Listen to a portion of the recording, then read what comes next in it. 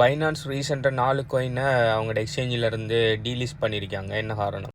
Okay, இது பார்த்தீங்கன்னு சொன்னால் வளமையாக நடக்கிறது தான். பைனான்ஸ் பார்த்தீங்கன்னு சொன்னால் பைனான்ஸ் பண்ணுவீங்க. பைனான்ஸுங்கிற ஒரு எக்ஸ்சேஞ்ச், அதே மாதிரி நிறைய எக்ஸ்சேஞ்சுகள் இருக்குது. எக்ஸ்சேஞ்ச் ஒன்றில் ஒரு காயின் ஒன்று லிஸ்ட் பண்ணணும்னு சொன்னால் ஒரு குறிப்பிட்ட ஸ்டாண்டர்டை ஃபாலோ பண்ணினா தான் லிஸ்ட் பண்ணுவாங்க. ஓகே, அந்த காயின் நல்ல ப்ரொஜெக்ட் அதுக்கு இந்த அளவுக்கு ஒவ்வொரு எக்ஸ்சேஞ்சுக்கும் ஒவ்வொரு விதமான ஸ்டாண்டர்ட் வச்சுப்பாங்க. இப்போ என்னென்ன ஸ்டாண்டர்ட்னு சொல்லி அது ஒவ்வொரு எக்ஸ்சேஞ்சுக்கும் மாறுபடும். ஓகே, ஸோ இந்தந்த ஸ்டாண்டர்டெல்லாம் நீங்கள் பூர்த்தி பண்ணியிருந்தீங்கன்னு சொன்னால் நீங்கள் எங்களோட எக்ஸ்சேஞ்சில் நீங்கள் உங்களோட காயினை லிஸ்ட் பண்ணலாம்னு சொல்லி தான் வளமையாக நீங்கள் பார்க்குற ஒவ்வொரு எக்ஸ்சேஞ்சிலையும் காயின் செல்றீங்க. இப்போ பார்த்தீங்கன்னு சொன்னால் சில காயின் ஒரு எக்ஸ்சேஞ்சில் இருக்கும், இன்னொரு எக்ஸ்சேஞ்சில் இருக்காது. சில எக்ஸ்சேஞ்சில் இருக்காது, சில காயின்கள் டீசென்ட்ரலைஸ் எக்ஸ்சேஞ்சில் மட்டும்தான் இருக்கும். இதுக்கெல்லாம் காரணம் என்னென்னா அந்த சர்டன் எக்ஸ்சேஞ்சுக்குரிய அந்த ஸ்டாண்டர்டை அந்த காயின் பூர்த்தி செஞ்சிருக்காது.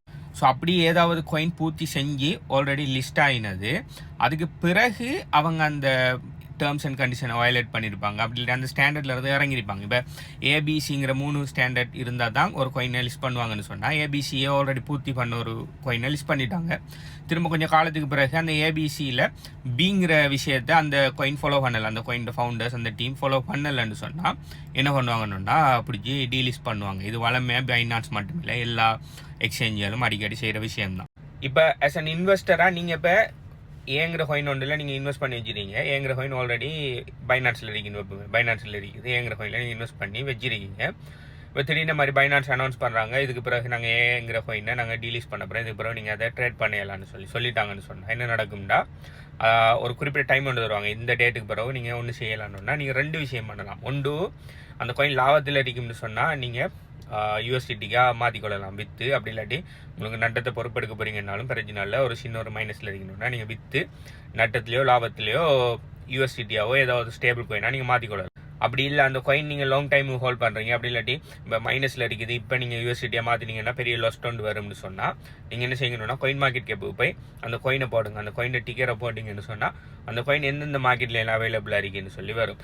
ஸோ இப்போ உதாரணத்துக்கு பைனான்ஸில் அது டீலிஸ்ட் ஆக போகுது, ஆனால் இன்னொரு எக்ஸ்சேஞ்ச் ஒன்றில் அந்த காயின் இருக்குது. ஓகே, அந்த காயினில் டீலிஸ்ட் ஆகலைன்னு சொன்னால் நீங்கள் என்ன செய்யலாம், இந்த காயினை அந்த எக்ஸ்சேஞ்சுக்கு அப்படியே வித்ட்ரா பண்ணலாம் மொத்தமாக. ஓகே, வித்ட்ரா பண்ணல ஒரு பிரச்சனை. இப்போ டீலிஸ்ட் ஆகினதுக்கு பிறகு கூட நீங்கள் வித்ட்ரா பண்ணிக்கொள்ளலாம். இப்போ உதாரணத்துக்கு எங்கிற காயினை டீலிஸ்ட் பண்ணிட்டாங்க, அதோட அனௌன்ஸ்மெண்ட் வரக்குள்ள நீங்கள் கவனிக்கல, நீங்கள் ஒரு 1 மந்த்துக்கு பிறகு போய் பார்க்கிங்க, அந்த காயின் ஸ்டில் இருக்கும். அந்த நீங்கள் வாங்கின காயின் அவ்வளோ பைனான்ஸில் காட்டும்.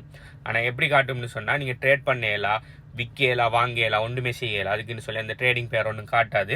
நீங்கள் செய்ய இயலும் என்ன ஒரே ஒரு விஷயம் செய்யலை, நீங்கள் வித்ட்ரா பண்ணலாம், அவ்வளோதான் காட்டும். அப்போ நீங்கள் என்ன செய்யணும்னா போய் அந்த காயின் வேறு எந்த எக்ஸ்சேஞ்சில் இருக்கோ, அப்படி இல்லாட்டி எந்த ப்ரைவேட் வாலெட் எங்கே இருக்கோ அந்த வாலெட்டில் இருந்து அந்த வாலெட் அட்ரஸை கொண்டு வந்து அந்த வாலெட்டுக்கு மாற்றிட்டு நீங்கள் என்ன செய்யலாம், நீங்கள் அந்த காயினை லாங் டைம் ஹோல்ட் பண்ண அப்படியே விடலாம். அப்படி இல்லாட்டி நீங்கள் வாங்கின ப்ரைஸில் இருந்து எத்தனை பர்சன்டேஜில் விற்கணுமோ அதை இது லிமிட் ஆர்டரில் செல் ஆர்டர் போட்டு நீங்கள் விட்டீங்கன்னு சொன்னால் அந்த ப்ரைஸை திரும்ப ரீச் ஆகக்குள்ள அது விற்று பற்றும் எங்கள் அந்த எக்ஸ்சேஞ்சில் இருந்து. இதில் இன்னொரு பிரச்சனை ஒன்று வரும். இப்போ நீங்கள் பொட் கனெக்ட் பண்ணி ட்ரேட் பண்ணிட்டு இருப்பீங்க. இப்போ பொட் வாங்கியிருக்கும் அந்த காயினை. ஓகே, இப்போ உதாரணத்துக்கு ஏங்கிற பொட்டை பீங்கிற எக்ஸ்சேஞ்சில் நீங்கள் கனெக்ட் பண்ணி ட்ரேட் பண்ணிட்டீங்க, சிங்கிற காயின் ட்ரேட் பண்ணிட்டு இருக்கீங்க. சி எப்போ பீங்கிற எக்ஸ்சேஞ்ச் டீலிஸ்ட் பண்ண போகிறாங்கன்னு சொன்னால் ஒன்றுமே செய்யலை. ஓகே, ஸோ நீங்கள் என்ன செய்யணும், அந்த காயினை ஒன்று நட்டத்தில் விற்கணும். அப்படி இல்லையா அந்த காயினை வேறு எக்ஸ்சேஞ்ச், அது எந்த எக்ஸ்சேஞ்சில் அவைலபிளாக இருக்கோ அந்த எக்ஸ்சேஞ்சுக்கு மாற்றிட்டு அந்த எக்ஸ்சேஞ்சில் நீங்கள் பொட்டை கனெக்ட் பண்ண கனெக்ட் பண்ணுங்கள். அப்படி இல்லாட்டி பொட் வாங்கினதில் ஆவரேஜ் ப்ரைஸை பாருங்கள். இப்போ பொட் வாங்கிட்டு ஒரு ஆவரேஜ் ப்ரைஸில், ஆனால் இப்போ அதிலேருந்து கீழே இருக்குன்னு சொன்னால் அந்த ஆவரேஜ் ப்ரைஸ்லேருந்து 1% 2% உங்களுக்கு எவ்வளோ தேவையோ லாபத்தை போட்டு செல் ஆர்டரை போட்டு வைப்பீங்கன்னா அந்த காயின்லேருந்து லாபத்தில் வெளியால் வரலாம். ஸோ பொட்டுக்கு நீங்கள் வேறு காயின் கனெக்ட் பண்ணணும், அப்படி வேறு எக்ஸ்சேஞ்சுக்கு மாற்றினது மட்டும்தான் வழி. ஸோ எக்ஸ்சேஞ்சியல் காயினில் டீலிஸ்ட் பண்ணுறதால வர பிரச்சனை ப்ளஸ் அதுக்குரிய தீர்வு எல்லாத்தையுமே சொல்லியிருக்கேன். ஸோ நீங்கள் இதை தவிர்த்து வேறு என்ன செய்வீங்களா, உங்களுக்கு இது மாதிரி எக்ஸ்பீரியன்ஸ் இருக்கான்னு சொல்லி கீழே கமெண்ட் பண்ணுங்க. பாய்.